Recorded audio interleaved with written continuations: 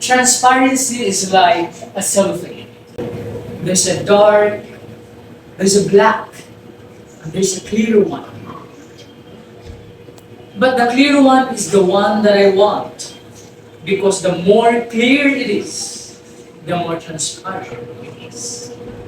Leadership plays a vital role in an organization. But in today's world, leadership is not just about giving directions.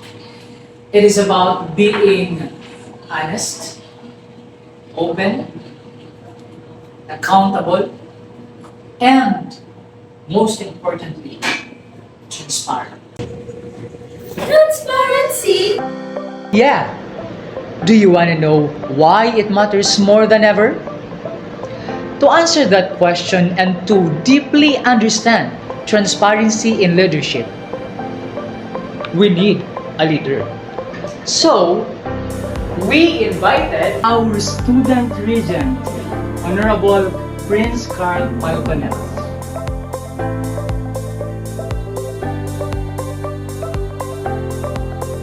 So it's a pleasant afternoon, sir. Good afternoon. So, you are organization for how many months na, sir? I was elected April 12th, but started serving the opening of classes. So, what does transparency mean in leadership?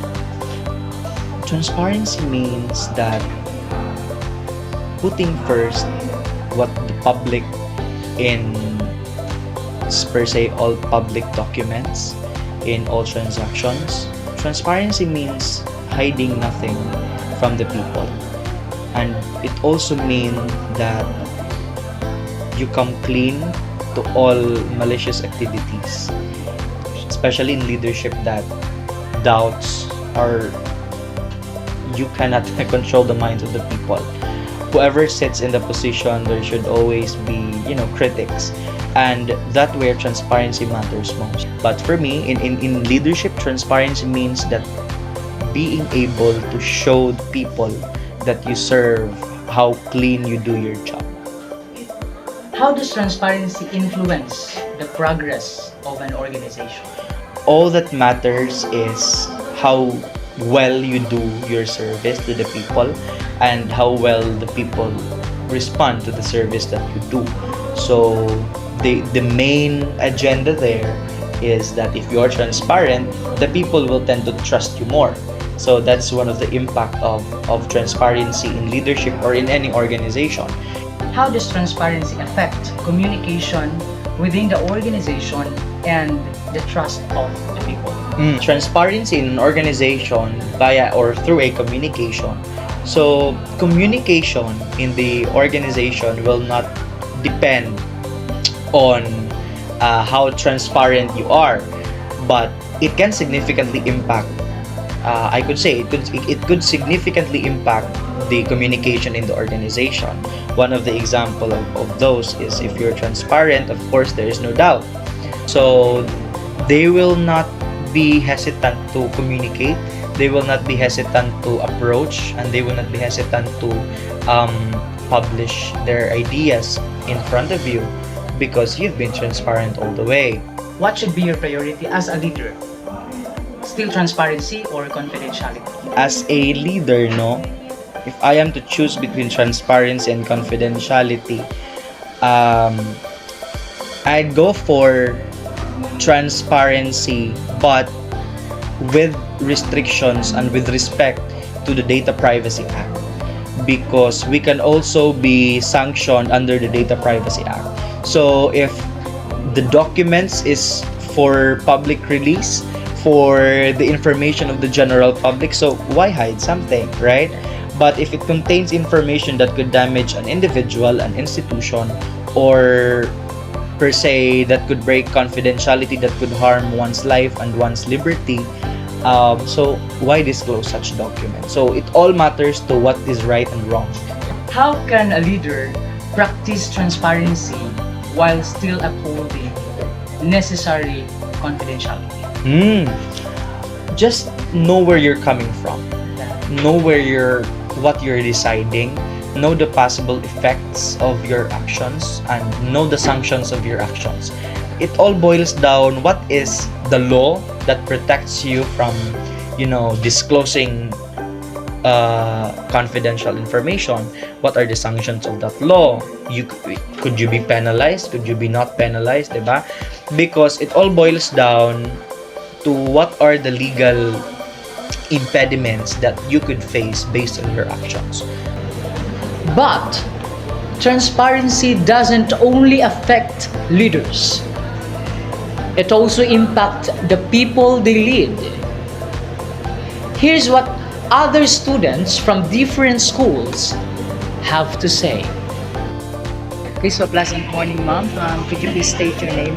I am Jamie Dean Isabel M. Almanza, student of Technology and Computer Studies.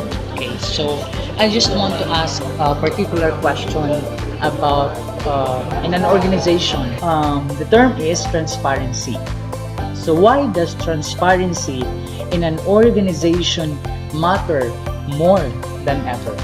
So for me, transparency of an organization matter more than ever because of the several interconnectedness of social, technological, and economic factors. Could you please state your name, sir? I'm Virginia Baliber from BS Ed Science 2. Why does transparency in an organization matter more than ever? I really do believe that transparency talaga is very important in organization kay if na kay something nga i-hide in organization, asa naman dito ang kanang accountability if na may tabo na mga mistakes sa usa ka organization, asa man nimo pag handle ang kanang mga truth, honesty, di ba mo ang organization honesty kung saan mo pag leadership sa organization, kung saan mo pag lead if ka ang leader sa organization, kung kay transparency.